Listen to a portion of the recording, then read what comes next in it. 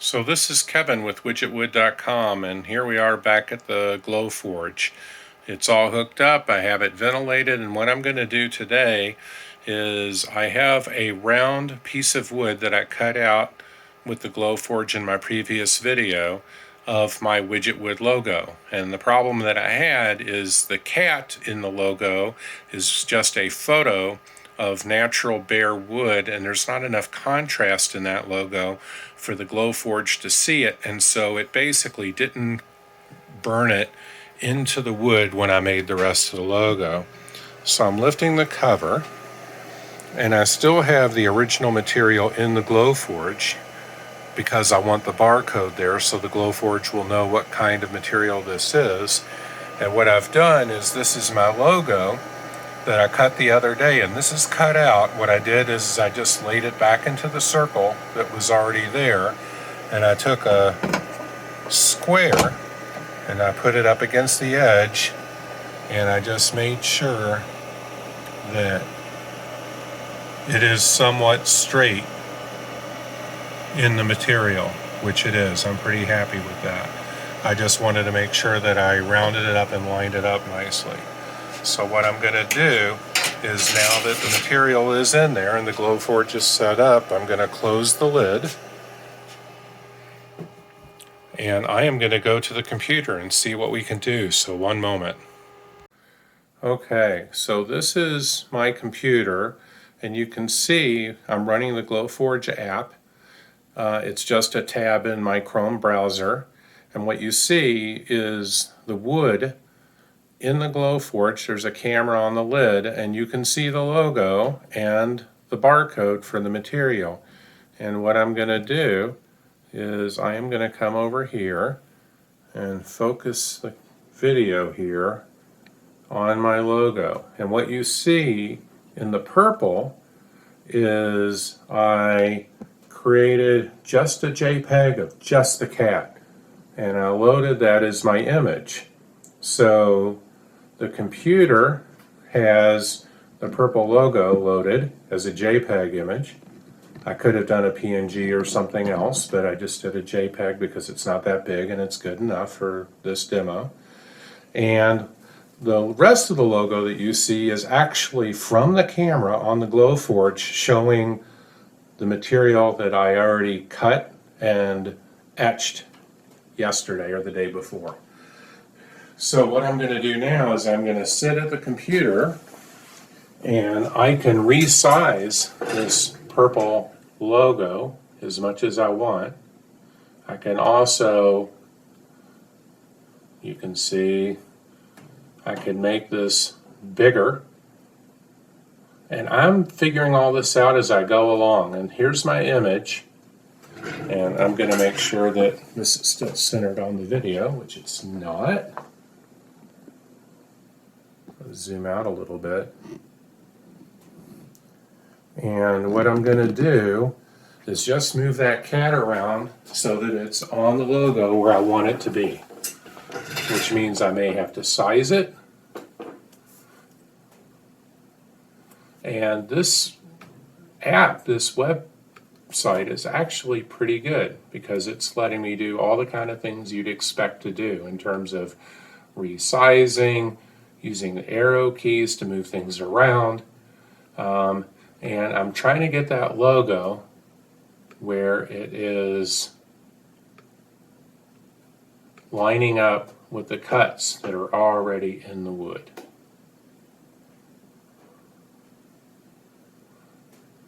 And even if I don't, that's pretty good right there in terms of what I expect the logo to look like. Might be a little small. Let me make it a little bit bigger. I have my handy dandy business cards down here just so I can remind myself about how big it should be. And it should actually be a little bit bigger. So I'm going to make that a little bit bigger. Sorry, that's the dishwasher above me that's running. I wasn't thinking.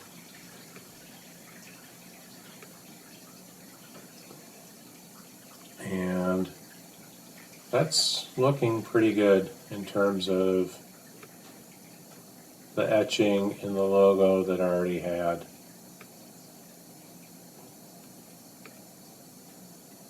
So now that I have that, you can see it's set for engrave. I'm going to zoom out so you can see more of the screen.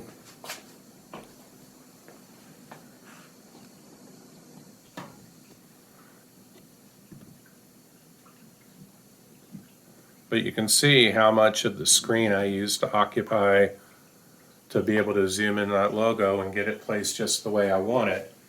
And now that I'm pretty happy with it, I'm going to make it just a little bit bigger, I think.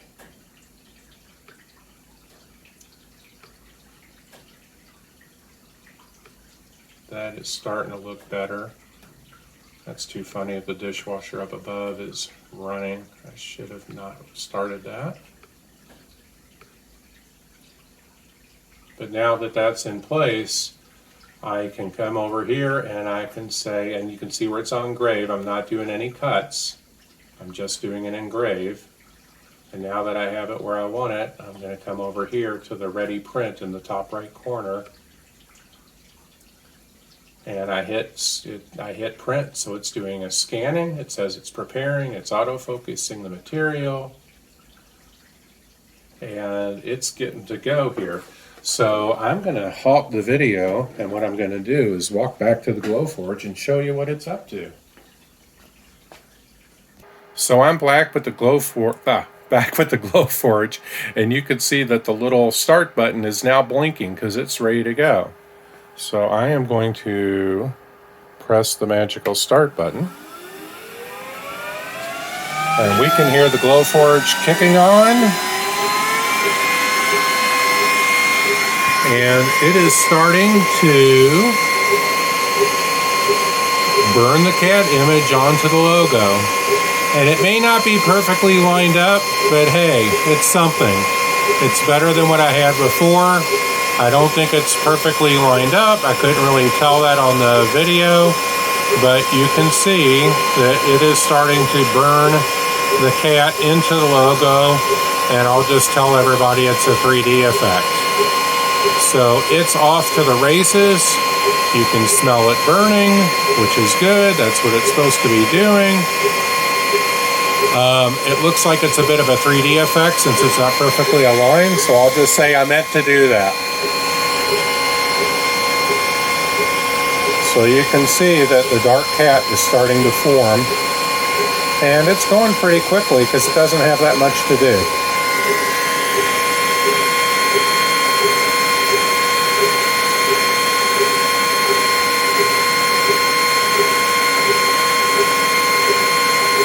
It's almost done already. Once it gets the right side of the cat, it's just going to do the tail. So that should be much quicker, and you can see it's just doing the tail now.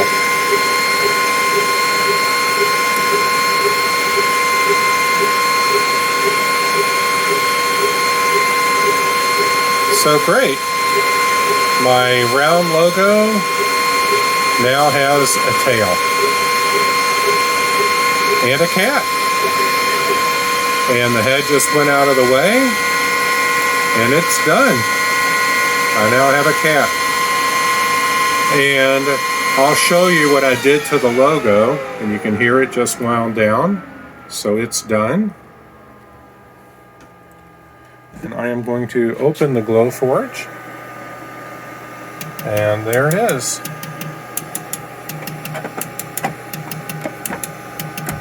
And I am going to lift my material, as so.